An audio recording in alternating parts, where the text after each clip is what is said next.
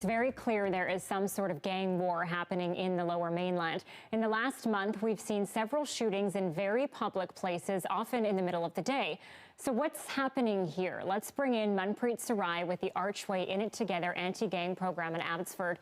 She works with at-risk youth and families in South Asian and other immigrant communities. Thanks for joining us, Manpreet. Thank you for having me. Things have gotten very out of hand, and you've actually had an increase in calls from families wanting help. Tell me about that. Who are these families and what are they worried about?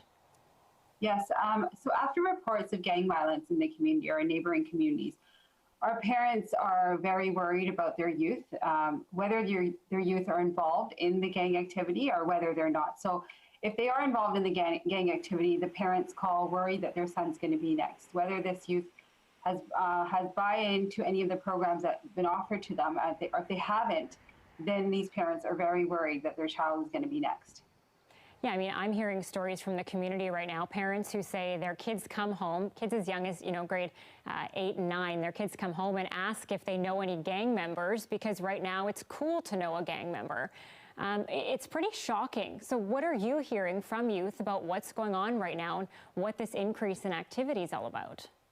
So the youth do like to talk about what's happening in the community, whether who's getting shot at or who's been shot at. Usually the youth know before anyone else finds out in the community. Rivalry and revenge, it starts really small with an argument or a disagreement, whether it has to do with a friend or girls. This is just in the high school kids. So it's escalating to fights, property damage, and more violence. And it's so important to know what's happening with our kids in the school, what's happening with them outside of school. If our kid is going and damaging someone else's property over a fight, we need to talk to them about it. Many of the victims as of late, not all, but several, have been of South Asian background.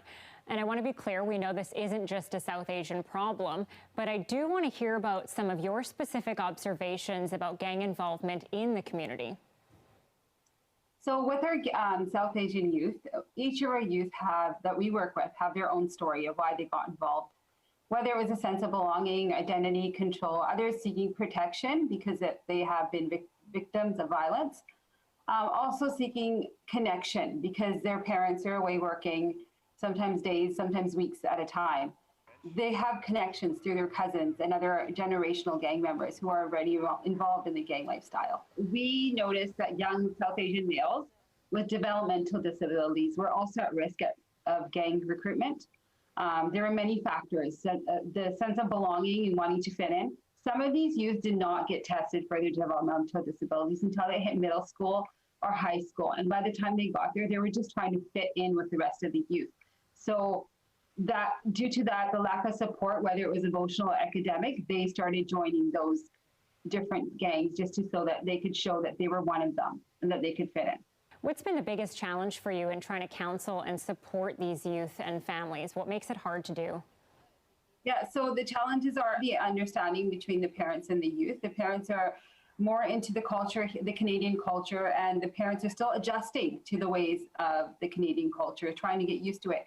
The parents want to give their youth everything that they didn't have back home, or whether it was when they first came to Canada. And that sometimes becomes a risk factor of just allowing your child to have everything that they want and not everything that they need.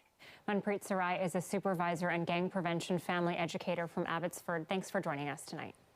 Thank you so much.